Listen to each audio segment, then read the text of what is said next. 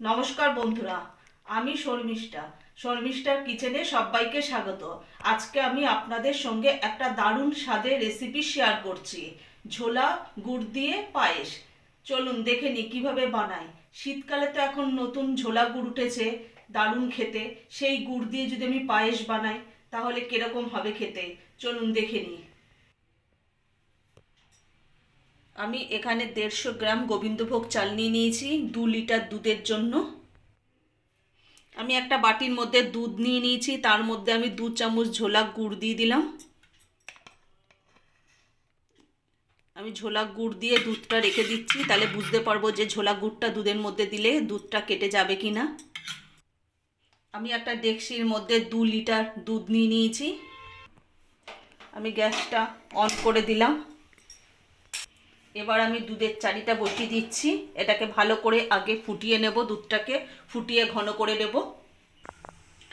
এই দুধটার মধ্যে আমি ঝোলা গুড় দিয়ে রেখে দিয়েছিলাম, দেখুন দুধটা কাটেনি, তাহলে বোঝাই যাচ্ছে পায়েসটা করলে পায়েসটাও কাটবে না।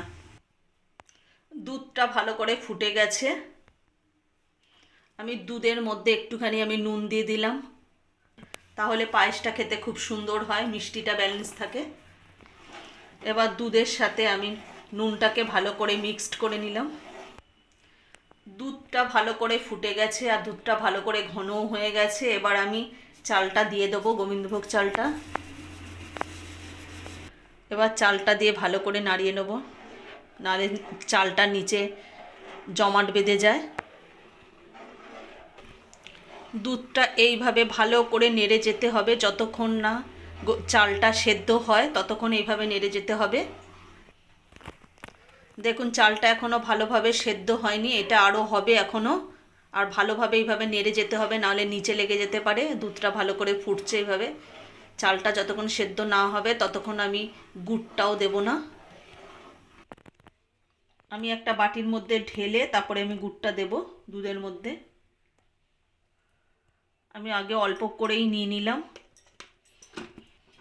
এখানে চালটাও প্রায় সিদ্ধ হয়ে এসেছে। এবার আমি এর জন্য গুড়টা এবার দিয়ে দেবো।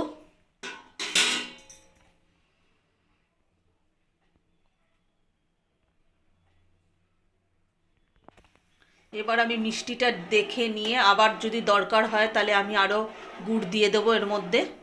গামলাটার মধ্যে ভর্তি হয়ে গেছে দুধ। দুধ মানে গুড় দেওয়াতে আরও পুরো ভর্তি হয়ে যাচ্ছে বলে এর জন্য নাড়ানো যাচ্ছে না, তার জন্য আমি এটাকে কড়াইয়ের মধ্যে দিয়ে নিলাম।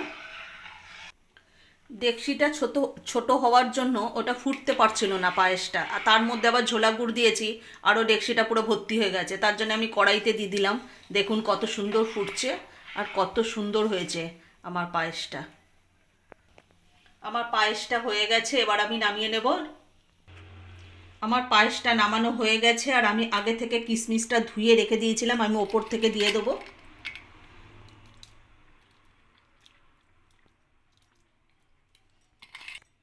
আমার ঝোলা গুড়ের পায়েস একেবারে রেডি। আপনারা একবার এইভাবে বাড়িতে বানিয়ে খেয়ে দেখবেন, অসাধারণ লাগবে একেবারে।